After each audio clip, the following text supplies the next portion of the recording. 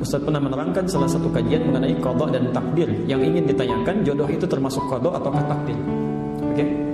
Saya tidak menerangkan masalah qada, saya menerangkan masalah qadar dan takdir. Karena qada, ada qadar, ada takdir, itu berbeda. Ada qada, ada qadar, ada takdir. Yang saya maksudkan kembali qadar. Qadar itu ketetapan yang telah diberikan oleh Allah sebelum kita terlahir ke muka bumi ini, ya, dan tidak bisa diintervensi, tidak akan berubah sampai kita wafat. Jadi ibu sampai nangis darah pun bikin status jutaan kali untuk merubah itu tidak akan pernah berubah. Ya, di antaranya ada dua, satu rizki, kedua ajal. Sedangkan takdir adalah ketetapan Allah yang dikukuhkan atas ikhtiar makhluk. Jadi ada usaha kita dulu, usaha baru Allah tetapkan. Di antaranya ada dua juga, satu perbuatan kita, apakah baik atau buruk itu kembali pada ikhtiar kita. Misal adzan berkumandang Allahu Akbar, manusia bisa pilih mau ikut merespon suara adzan dengan sholat, itu kadar baiknya, ya silahkan, takdir baiknya Allah tetapkan pahala. Ya, laha ma kasabat. Tapi kalau dia memilih yang buruk, dia hindari adzan, dia kerjakan yang lain misalnya, atau bahkan maksiat, wa 'alaiha ma kasabat, Allah tetapkan. Ya. Ya, supaya manusia memilih yang baik, Allah turunkan hidayah, diberikan hidayah. Quran surah 29 ayat 69. Jodoh masuk yang mana? Jodoh masuk kepada takdir, ya, bukan kadar. Dia harus usaha dulu, usaha cari. Makanya kata Nabi, tunkahul mar'atu li arba'in. Ya, perempuan dinikahi lewat 4 hal. Kenapa bahasanya dinikahi? Karena perempuan cenderung menunggu laki-laki yang aktif, ya. Tapi bukan berarti perempuannya diam, tidak, menunggu dalam kebaikan.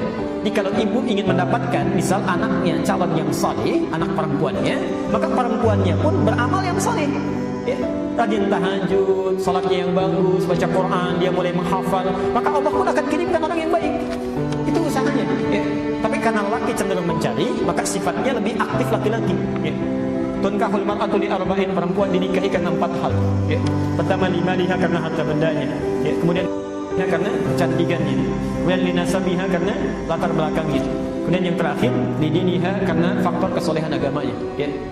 Fadfar bidatid dini taribat yadak. Pilih yang keempat, itu yang paling bagus. Maaf, suka ada keliru menerjemahkan. Limaliha itu sering diartikan dengan yang banyak hartanya.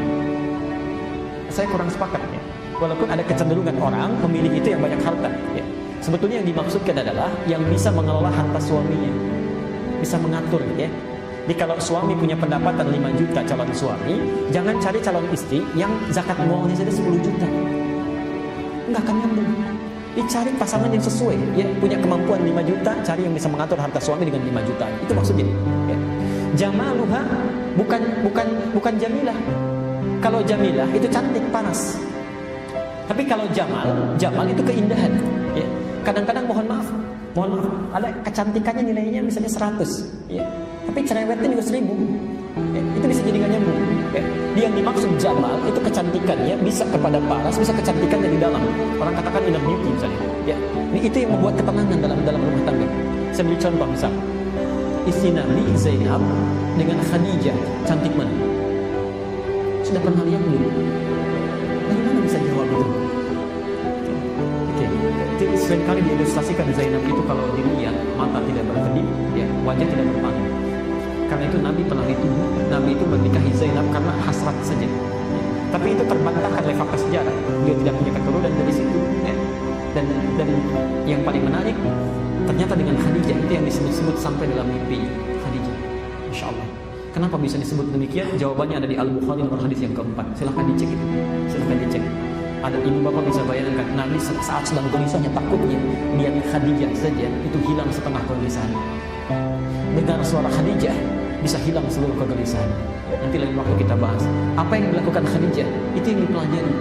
Makanya sering saya katakan, kenapa Nabi diizinkan menikahi lebih daripada 4 perempuan? Karena seluruh karakter perempuan di muka bumi ini terangkum pada istri-istrinya Rasulullah SAW.